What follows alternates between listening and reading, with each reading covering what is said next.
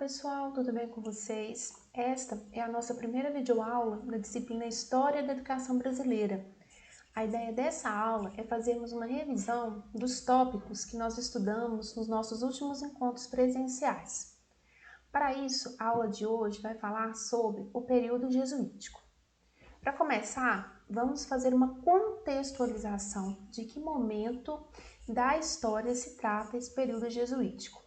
Nos séculos XV e XVI são marcados pela Renascença, ou seja, o período em que cai a Idade Média e a gente tem a ascensão da burguesia ao poder. Quando a burguesia assume ao poder, com ela, temos o florescimento das artes, das ciências, o seu desenvolvimento, e isso colabora para a mudança de um quadro. Também nesse período, nós temos o teocentrismo versus o antropocentrismo. Se na Idade Média a gente vê muitas ideias ligadas ao teocentrismo, muito ligadas a Deus, no Renascimento a gente vê um quadro diferente, a gente vê a valorização do homem, o homem no controle e no centro do universo, que chamamos de antropocentrismo.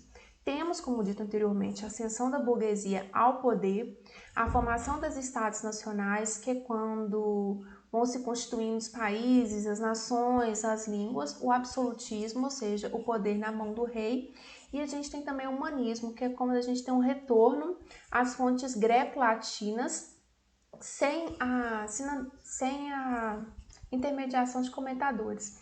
Se na Idade Média, para se ter acesso ao conhecimento, ao saber, a gente tinha que ter alguém que fizesse essa intermediação, com a expansão do humanismo, passa a se ver mais diante desse acesso.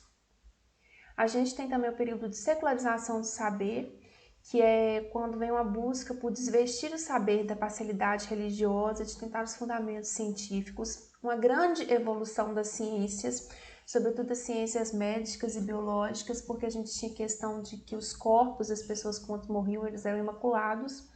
Então, muitas doenças não tinham cura, porque não se conhecia o corpo humano. A partir do momento que isso cai, se começa a investigar, a gente tem uma ascensão, um desenvolvimento muito grande das ciências. A gente tem, além da ciência, o desenvolvimento das artes, sobretudo na Itália, ligadas a temas religiosos, e a crença de que o poder não vem só de Deus, o poder vem da razão, e a razão é uma característica eminentemente humana. Nesse período também, a gente tem dois acontecimentos religiosos que vão ter um grande impacto no que a gente chama de período jesuítico no Brasil. Nós temos a Reforma e a Contra-Reforma. O que é a Reforma? A Reforma é um momento de crítica à estrutura autoritária da Igreja Católica, de que somente a Igreja poderia fazer a interpretação da palavra sagrada, todo poder centrado no papel da Igreja, e contraria, sobretudo, a questão de que a Igreja Católica era contra o acúmulo de riquezas e condenava a concessão de empréstimo com juros. E isso ia na contramão do que a classe que ascendia o poder da burguesia estava conquistando. E então, os protestantes, que são as figuras importantes da reforma, eles falam o quê? Se eu me enriqueço, isso é um sinal divino, porque Deus está me abençoando o trabalho, não como a Igreja Católica via como pecado. As duas principais figuras da reforma, caso vocês tenham interesse de pesquisar e saber mais, são Calvino e Martim Lutero. Em contraposição a esse movimento de reforma, a Igreja Católica propõe a Contra-Reforma.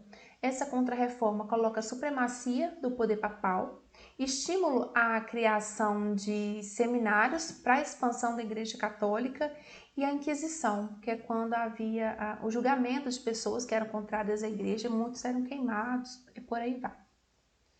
Nesse contexto, sobretudo com a Contra-Reforma, com os jesuítas, a gente vê a expansão dos jesuítas em vários pontos do mundo, sobretudo nos territórios que pertenciam a Portugal. Portugal é um país extremamente católico, somos colônias de Portugal, então a perspectiva educacional no Brasil vai estar muito atrelada a isso.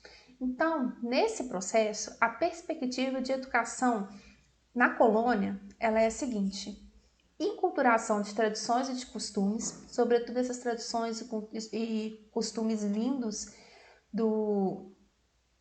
da metrópole, instrução intelectual, ensinando os rudimentos de instrumentalização, que são ler, escrever e contar, e a aprendizagem de um ofício. Então, a educação nesse período jesuítico, que os jesuítas eles vão no movimento da Contra-Reforma levar a palavra da Igreja Católica nos vários cantos do mundo, fez com que houvesse a proliferação de colégios e de manuais. Os jesuítas eles tinham uma prática pedagógica muito bem fundamentada. E essa prática ela estava registrada em manuais. E esses manuais eles serviam tanto para alunos quanto para ensinar aos professores como fazer esse processo de ensinar.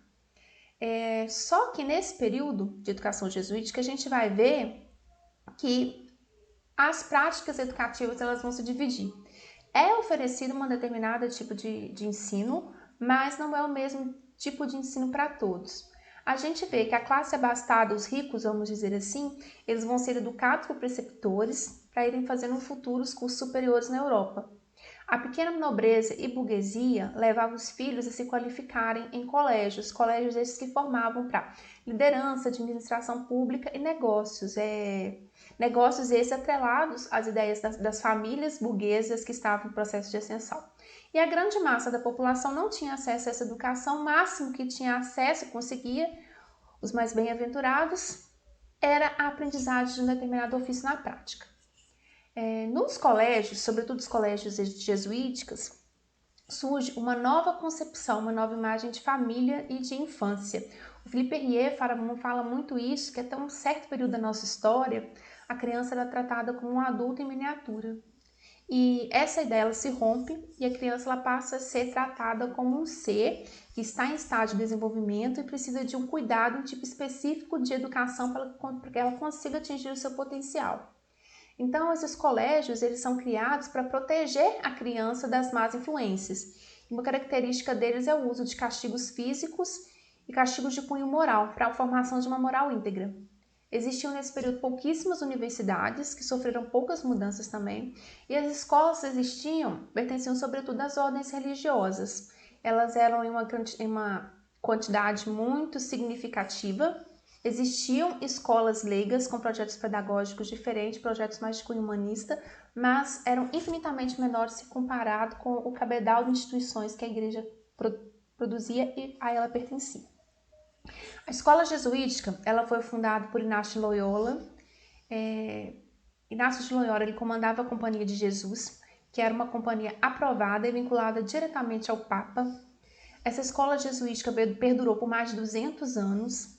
Ela tinha como pressuposto a propagação da fé e a luta contra os infiéis, e ela teve uma ascensão muito grande. Para vocês terem uma ideia, em 1579, a Ordem de Jesuítas tinha 144 colégios, em 1749, 669 espalhados por todo o mundo. No Brasil, a chegada dos jesuítas e seu projeto educacional pode ser dividida em duas etapas. A fase heróica, que é de 1549 a 1570, que é caracterizada pela catequese, e a consolidação, que vai de 1570 a 1759, que é quando há a expansão dos colégios.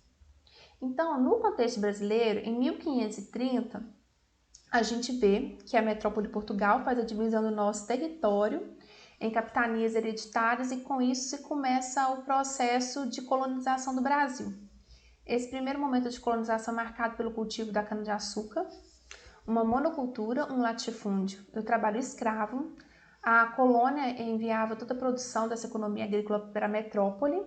A gente vivia um regime agrário exportador dependente, porque não tínhamos produção interna para subsidiar nosso consumo, tudo vinha de Portugal.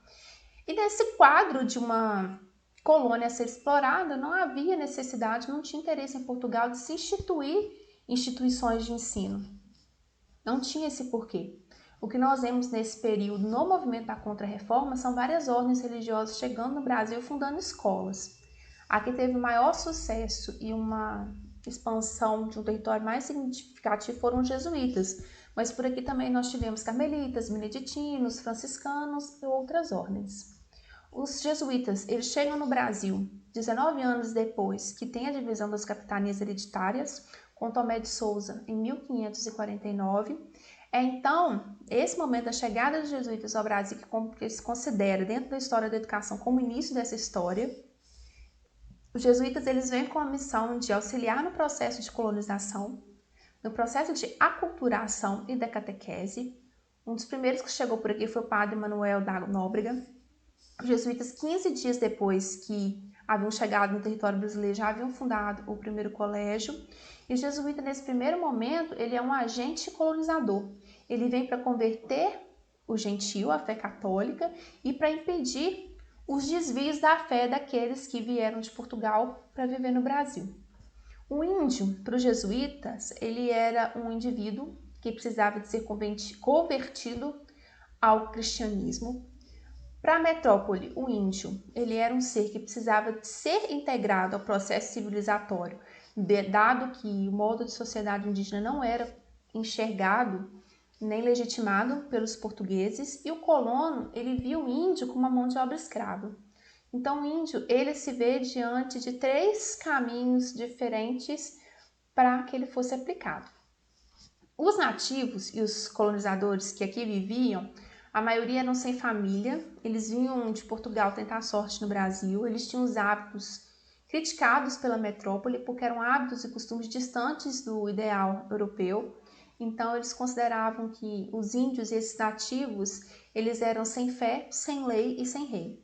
Os jesuítas, então, eles queriam catequizar esses índios e convertê-los à fé católica, ensinar a ler e a escrever os filhos do colono, educar os filhos do colono para que eles não fugissem aos preceitos da metrópole, formar novos sacerdotes e fazer um controle moral desse povo que, podemos dizer assim, vivia sem controle, distante da metrópole, e esse controle seria feito pela fé.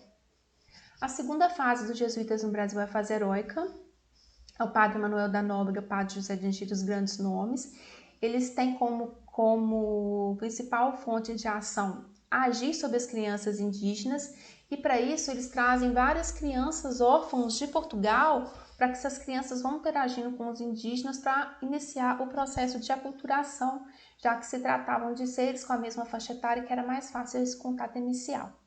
O padre Manuel da Nóbrega, ele tinha um plano de instrução que era dividido em obrigatório e opcional, e esse plano dele funcionaria da seguinte forma: o indígena, ele aprenderia o português, a doutrina cristã, ler e escrever. Tendo isso, ele faria o aprendizado profissional e agrícola.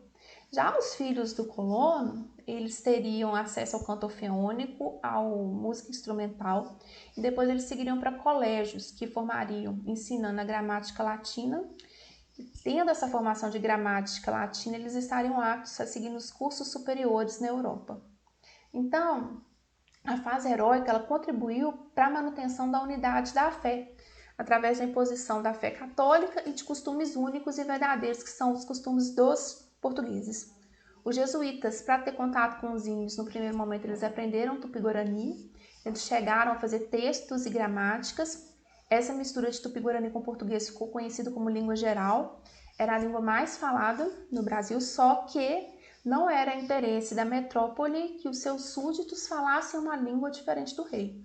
O súdito tem que entender o que o rei fala, então vem mais para frente a questão da imposição do português. Essa fase heróica tem muito foco na criança, de começar esse processo de aculturação desde a infância. Então eles iam no primeiro momento introduzindo os órfãos para ter contato com os índios pequenos, e para tentar a conversão do índio adulto, eles tentavam desmascarar, inverter, dar uma interpretação diferente às práticas do pajé, tentando mostrar que aquilo não era um preceito de Deus, não estava dentro da fé católica, era um pecado e que havia outro caminho. Eles utilizavam também de artifícios lúdicos para tentar atrair as pessoas. A gente vê muito uso de teatro, de dança, de música e de poesia. Na fase heróica, no primeiro momento, o trabalho dos jesuítas era itinerante. Com o passar do tempo, esse trabalho se solidifica em determinados lugares através das missões. A gente vê nessas missões o processo de catequizar o índio e de instruir o colono a ler, escrever e contar. Vê-se também a imposição de hábitos, costumes e tradições em nome de Deus. Alguns costumes que os índios tinham no Brasil são tratados como inapropriados, são descritos como ociosos, preguiçosos, indisciplinados, aqueles que usam adornos excessivos, e são condenados e vistos como pecado pela perspectiva da Igreja Católica. E caso houvesse resistência à imposição dos hábitos do português, eram previstas penalidades como açoite, tronco, mutilação, que servisse como exemplo para aqueles que resistissem à imposição desse costume. No período de colonização, de consolidação também, a gente tem o desenvolvimento de grandes fazendas de cana-de-açúcar. Então, as maiores fazendas, os maiores engenhos tinham a sua igreja e seu próprio padre. Esse padre acabava que se tornava um conselheiro da família e, através do confessionário, ele ouvia os pecados ao mesmo tempo que ele moldava aos costumes portugueses e à prática da Igreja Católica. E a presença da igreja é tão forte que, nesse período da história do Brasil, a gente vê que, se o casal tivesse o primeiro filho, ele iria seguir os negócios da família, o segundo teria uma profissão liberal, faria faculdade na Europa, e o terceiro seria padre. Então, a gente vê como que a Igreja Católica era influente e importante. Em 1564, foi instituído um imposto, do qual 10% de tudo que fosse arrecadado seria destinado à manutenção dos colégios jesuítas. Então, com essa redízima, a gente deu um boom da explosão do desenvolvimento dos colégios jesuítas, porque eles têm as condições humanas e materiais favoráveis, e eles têm um processo de institucionalização de modos e regras. E essa institucionalização, ela se dá sobretudo através de reflexões de experiências anteriores, já que a rede de colégios jesuítas era muito grande e espalhada por vários locais. Os jesuítas, eles, pensando na preparação ideal do mestre que iria ensinar, eles fizeram um plano chamado Ratio Studiorum. Ele teve uma primeira versão em 1580, outra em 586 e sua versão final data de 1599. E o Ratio são 467 regras sobre a ação pedagógica da escola jesuíta, falando não só disso, mas também de organização administrativa e da hierarquia que existia nesses colégios. Além disso, ele trazia a sistematização da prática do professor e dos planos de aula. O Ratio era um currículo rigoroso e extenso, baseado em uma rígida disciplina militar, e ele dividiu o estudo em 7 artes liberais. A gente tem o Trivium, que é o estudo da lógica, da matemática e da retórica, que era a excelência do espírito da linguagem, e o Quadrivium, que é a aritmética, música, geometria e astronomia, que é o estudo da matéria e da composição do mundo físico. Esse currículo do Ratio, ele era muito criticado pelos iluministas, porque eles queriam um currículo que tivesse mais influência pela grande influência teológica que esse currículo do Ratio tinha, não tanto uma influência humanista. O Ratio, ele tinha o ensino do latim, porque através do latim se fazia a universalização do saber. Havia o uso da filosofia grega, mas uma filosofia grega adaptada aos preceitos católicos. Havia censura de trechos e temas que eram considerados perigosos para a fé. Era proibido o uso de obras e autores contemporâneos. Era baseado na memorização e repetição. Todos os sábados, os alunos eles eram arguídos sobre os pontos estudados na semana, e essa arguição chamada de sabatina. Havia também torneios de erudição, onde os alunos que obtinham melhores notas eram premiados. Os alunos que estudavam nesses colégios jesuítas, eles ficavam em regime de internato, com férias curtas, porque os jesuítas defendiam que o contato da família era prejudicial, porque poderia desfazer todo o trabalho de inculcação de valores e normas que os jesuítas faziam. Eles trabalhavam a disciplina ao mesmo tempo que oferecia minutos de ludicidade com recreação. Era um 2 em 1 para poder funcionar a prática pedagógica. E como eu disse anteriormente, era um currículo muito criticado pelos humanistas. É importante que vocês saibam que o Ratio, esse manual jesuíta, digamos assim, ele pode ser considerado universalista e elitista. Universalista porque ele considera o uso dele de forma indistintamente, independente de qual localidade que o colégio jesuítico tivesse fundado ou qual população que ele fosse atender. E ele é elitista porque é um currículo que preza a escola para o filho do colono. É um currículo que exclui o indígena, um currículo que prepara para os cursos superiores na Europa, e ele se torna um instrumento de formação da elite.